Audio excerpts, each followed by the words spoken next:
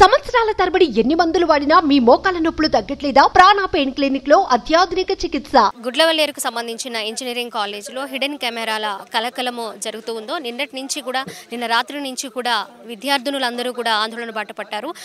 దగ్గర 300 నుంచి 350 వరకు వీడియోలు బయటకు వెళ్లాయనే ఆరోపణలతోటి వాళ్ళందరూ కూడా భయాందోళనకు గురవుతున్నారు. కాలేజ్ యాజమాన్యం ఖచ్చితంగా స్పందించి ఈ విషయం మీద మాకు న్యాయం జరగాలి, మాకు భయం వేస్తుంది అనే విషయాన్ని కూడా తెలియజేసినా కూడా ఎలాంటి స్పందన లేకపోవడంతో వాళ్ళు ఇలాగే కంటిన్యూ చేస్తూ ఉన్నారు ఆందోళన. కొంతసేపటి క్రితమే మంత్రి బృందం కూడా విచ్చేసి మరి విద్యార్థినులతో మాట్లాడడం కూడా జరిగింది. వాళ్ళకు కొంత భరోసా కల్పించడము, కొంత టీంని ఇక్కడ అరేంజ్ చేసి ఆ టీం ద్వారా నిజ నిర్ధారణ తెలుసుకొని వీడియోలు అయితే రిలీజ్ అయినాయా లేదా, లేక అసలు మెయిన్ ఆ కెమెరాలు అనేవి ఉన్నాయా లేదా అనే విషయాన్ని కూడా విచారణ చేసి వాళ్ళకి ఒక క్లారిటీ అయితే ఇస్తాము అని మంత్రి కొల్లు రవీంద్ర గారు కూడా వాళ్ళకి భరోసా ఇవ్వడం కూడా జరిగింది. ఇక్కడ కొంతమంది ఆడవాళ్ళు ఉన్నారు, వాళ్ళతో మాట్లాడదాము. అమ్మ చెప్పండి, మీకు అసలు విషయం ఎప్పుడు తెలిసింది? స్టూడెంట్స్ ఎప్పుడు మీకు సమాచారం అందించారు? స్టూడెంట్స్ కాదు మేడం, నాకు మార్నింగే నాకు గ్రూప్లో మెసేజ్ వచ్చింది. 7:30కి ఆ మెసేజ్ చూసా. 8:30కి ఇక్కడికి వచ్చేసాను షార్ప్గా. వచ్చి చూస్తే నన్ను చాలామంది వీడియోస్ ఫోన్లు చేశారు, మీరు ఎందుకు అక్కడికి వెళ్ళారు, వెనక్కి వచ్చానని. లేదు మేము ఇచ్చేయాల్సిందే అని చెప్పి నేను పార్టీ బీజేపీ ఆ టవర్స్ కూడా తీసి నేను స్ట్రైక్ చేస్తున్నాను. నాకు 2 ఆడపిల్లలు ఉన్నారు, ఇది కరెక్ట్ కాదని చెప్పి నేను స్ట్రైక్ చేస్తున్నా. మాకు తోడు కొంచెం ఈ బాయ్స్ కూడా వచ్చారు. మేడం ఇది నిజమే మేడం, ఫేక్ అయితే కాదు అని చెప్పన్నారు. సరే నిజమే కాబట్టి మేమేవని గ్యాదర్ చేయలేదు. సో వాళ్ళే వచ్చారు, మా అనుకుంటే వాళ్ళు సపోర్ట్ చేశారు. వాళ్ళ దాకా ఇక్కడ దాకా వచ్చాము. మేము కూడా ఈ మహిళలు చెప్పడం వల్ల అక్క 300 పైగానే ఉన్నాయి వీడియోస్, 300 పైగానే తీశారు, మమ్మల్ని ఇబ్బందులు పెడుతున్నారు. 1 వీక్ నుంచి చాలా టార్చర్ చేస్తారు. నైట్ 9:30కి తెలిసింది అక్క మాకు. అడిగితే ఏంటని అడిగితే మమ్మల్ని కొట్టారు. ఎవరైతే ఉన్నారో వాళ్ళు కొట్టారక్క, ఇది మాకు వాళ్ళకి స్టూడెంట్స్కి ఫుడ్ కానివ్వండి, బయటికి వాష్రూమ్కి వెళ్ళడానికి కనుక ఎలాంటి పర్మిషన్స్ లేకుండా వాళ్ళని లాక్ చేశారనే విషయం కూడా బయటకు వస్తుంది. దీనిలో నిజమేంటండి? నిజమే మేడం, అది నిన్నటి నుంచి కూడా బయటికి రానే వల్ల ఫుడ్ అనేది లేదు. వాళ్ళకి ఎవరైతే తప్పు చేశారో వాళ్ళకి సప్లై చేస్తున్నారు. వాళ్ళకి వాటర్ అయినా ఫుడ్ అయినా సప్లై చేస్తున్నారు, వీళ్ళకి సప్లై లేదు. వీళ్ళకి తినడానికి కానీ ఏమి కానీ లేదు. వీళ్ళు ఏంటంటే వాళ్ళు ఎక్కడికి వెళ్ళకుండా ఉండాలని వీళ్ళు కాపలా కాసుకుంటూ చూస్తున్నారు. ఇలాంటి న్యాయం అయితే జరగదు. ఇప్పటిదాకా చాలామంది అయితే వచ్చి వెళ్ళారు, న్యాయం చేస్తాను అంటున్నారు. అది ఎంతవరకు జరుగుతున్నది అది ఇది అవ్వాల్సిందే. కానీ ఆ బాధ్యత మా పిల్లలు, మా స్టూడెంట్స్, తల్లిదండ్రులు అందరూ వచ్చి ఎవరికాల స్టూడెంట్స్ తీసుకెళ్తున్నారు. ఏంటంటే భయం, ఒక ఆడపిల్లకి రక్షణ ఇక్కడే లేకపోతే ఇంకెక్కడ ఉంటుంది, ఒక ఆడపిల్ల శత్రువు అయితే ఎట్లా ఉంటుంది అని. సో ఇక న్యాయం చేయండి, ఆడపిల్లలకి న్యాయం చేయండి. ఏదైతే రాత్రి నుంచి ఫుడ్ ఏమీ లేకుండా తిప్పలు పడుతున్నారు పిల్లలు, వాళ్ళకి న్యాయం చేయాలనే కోరుకుంటున్నాం. మీరు చెప్పండి, ఏ విధంగా చూస్తారు? అంటే ఒక లేడీయే ఇంకొంతమంది లేడీస్ని అట్లాగా వీడియోస్ అవి చిత్రీకరించి బయటికి పంపడం అనేది ఏ విధంగా చూస్తారు? మనం చూస్తూ ఉన్నాము సమాజంలో ఆడవాళ్ళ మీద చాలా దారుణాలు జరుగుతున్నాయి, ఘోరాలు జరుగుతున్నాయి, దాడులు జరుగుతూ ఉన్నాయి. కానీ ఒక అమ్మాయి ఇంకొక అమ్మాయికి శత్రువుగా మారడాన్ని ఏ విధంగా చూస్తారు? ఇది దురదృష్టకరమైన విషయం అమ్మా. ఏం చూస్తామో వాళ్ళని తీసుకొచ్చి శిక్షించిన రోజునే వీళ్ళకి గుణపాఠం అనేది కలుగుద్ది. కానీ వాళ్ళనే ఎవరైతే చేశారో వాళ్ళని కప్పెడుతున్నారు ప్రతి ఒక్కళ్ళు కూడా. మన కలకత్తాలో జరిగింది, ఏం జరిగింది, తీసుకెళ్లారు, దహనం చేసేసారు, అయిపోయింది. ఇదే విధంగా కొన్ని 100 మంది స్టూడెంట్స్, 1500 మంది స్టూడెంట్స్ ఉంటారమ్మా. మాకు 2 ఆడపిల్లలు ఉన్నారు. ఎవరైనా ఒకటే, ఆ ఆడపిల్ల జీవితం బయటకు వెళ్ళిందంటే ఏమవుతుంది అనేది ఆలోచించుకోవాలి. రేపు పొద్దున వాళ్ళు ఉన్నత చదువులు చదువుతారు, పైన ఉద్యోగాలు చేయడానికి వెళ్తారు. ఒక వ్యక్తి ద్వారా ఫోన్ సిమ్ ద్వారా ఎన్ని 100 మందికి వెళ్తుంది, ఎన్ని వేల మందికి వెళ్ళుద్ది, అమ్ముకున్నారని చెప్తున్నారు. అసలు ఆ వీడియోలను అమ్ముకుని తీయటానికి అసలు వాళ్ళకి ఎంత ధైర్యం వచ్చింది? ఈ వారం రోజులు బట్టి ఈ యాజమాన్యం ఏం చేస్తుంది అని అడుగుతున్నాను నేను. ఈ యాజమాన్యం ఈ వారం రోజులు బట్టి సర్ది చెప్పినట్టయితే, వాళ్ళందరూ పరిష్కరించినట్టయితే ఇవాళ ఈ మీడియాకి ఎక్కేవాళ్ళు కాదు, మీడియా దాకా వచ్చేది కాదు.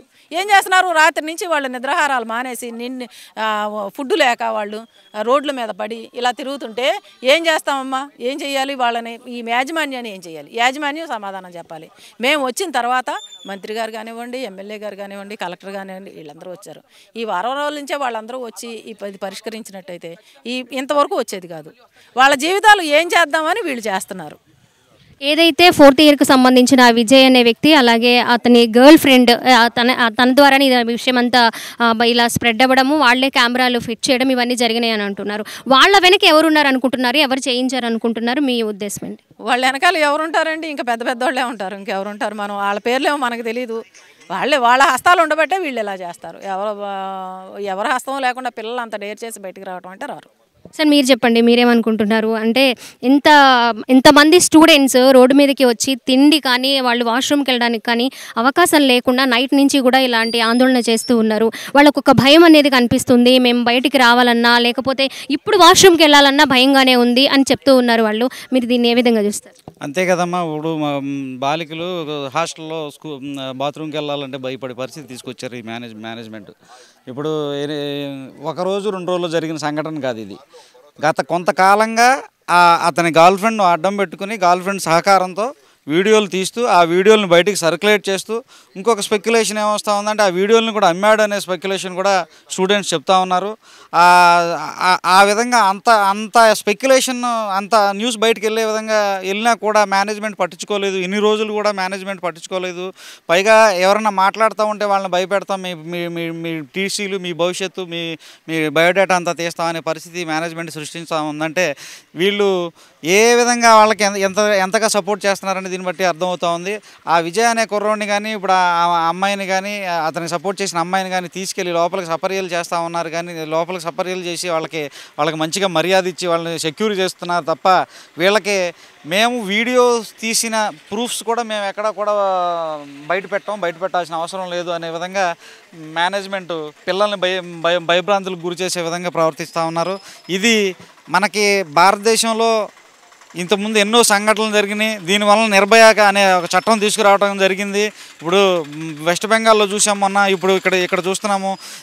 300 వీడియోలు బయటకు వెళ్తూ ఉన్నాయంటే ఆ వీడియోలు బయటకు వెళ్ళే వరకు అది మీడియా మళ్ళీ యూట్యూబ్లోకి వెళ్ళే వరకు సర్క్యులేట్ అయ్యే వరకు మేనేజ్మెంట్ ఏం చేస్తూ ఉంది?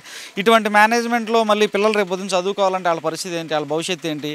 ఇవన్నీ కూడా ఆలోచించి ప్రభుత్వం వీళ్ళందరి మీద కఠినమైన చర్యలు తీసుకోవాలని, అదేవిధంగా ఆ ఇద్దరి మీద ఆ అబ్బాయికి సంబంధించిన అమ్మాయి మీద నిర్భయ కేసులు విధించి కఠినంగా శిక్షించాలని మేము కోరుకుంటా ఉన్నాం. మీరు చెప్పండి. ఇప్పుడు ఇవాళ పొద్దు నుంచి ఇక్కడ కూడా జరుగుతున్నటువంటి ఈ పరిణామం చాలా దురదృష్టకరం.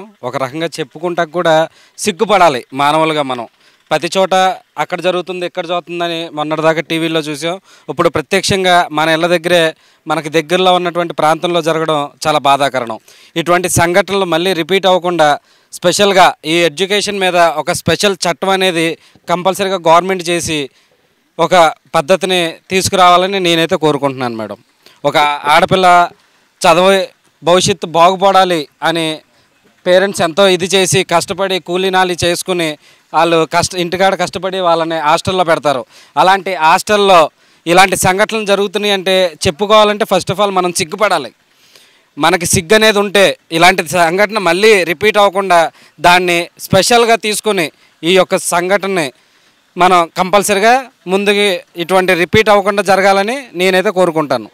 ఏదైతే హాస్టల్ దగ్గర స్టూడెంట్స్ అందరూ కూడా గర్ల్స్ 300 మంది వెళ్ళి కంప్లైంట్ చేసినా కూడా ఎలాంటి చర్యలు చేపట్టకపోవడంతో, అలాగే కంప్లైంట్ చేస్తాము అని వెళ్ళిన వాళ్ళని కొన్ని బెదిరింపులతోటి మేనేజ్మెంట్ అయితే వెనక్కి పంపించేసింది. కేవలం 9 మంది మాత్రమే సంతకాలు చేయడానికి ముందుకొచ్చారు. ఆ 9 మందిని మేము పరిగణలోకి తీసుకొని చర్యలు అయితే చేపట్టలేమని మళ్ళీ పోలీసులు ఈ రకంగా మాట్లాడారని స్టూడెంట్స్ కూడా మాట్లాడుతూ ఉన్నారు. మొత్తానికైతే ఇక్కడ ధర్నా చేయడం వల్ల అలాగే బాయ్స్ గర్ల్స్ కూడా ఇక్కడ నిన్నటి నుంచి కూడా ధర్నాలు చేయడం, వాళ్ళ స్టూడెంట్స్ పేరెంట్స్ కూడా ఇక్కడ కాలేజ్ దగ్గరే ఉండడంతో కొంతవరకు పోలీసులు అలాగే కమిషనరు అలాగే ఎమ్మెల్యేలు మినిస్టర్ కూడా రావడంతో కొంతవరకు సర్దుమణిగిందనే చెప్పాలి. అలాగే రిటర్న్ స్టేట్మెంట్ కూడా కాలేజ్ యాజమాన్యం దగ్గర నుంచి కూడా ప్రస్తుతానికి అయితే తీసుకుంటూ ఉన్నారు. మరి మొత్తంగా పూర్తిగా ఒక క్లారిటీ అనేది మాకు రావాలి, వీడియోస్ రిలీజ్ అయ్యాయా, కెమెరాలు ఉన్నాయా అనేది ఖచ్చితంగా మాకు తెలిసిన తర్వాతే ఈ ఉద్యమం అనేది ఆపడం జరుగుతుంది అని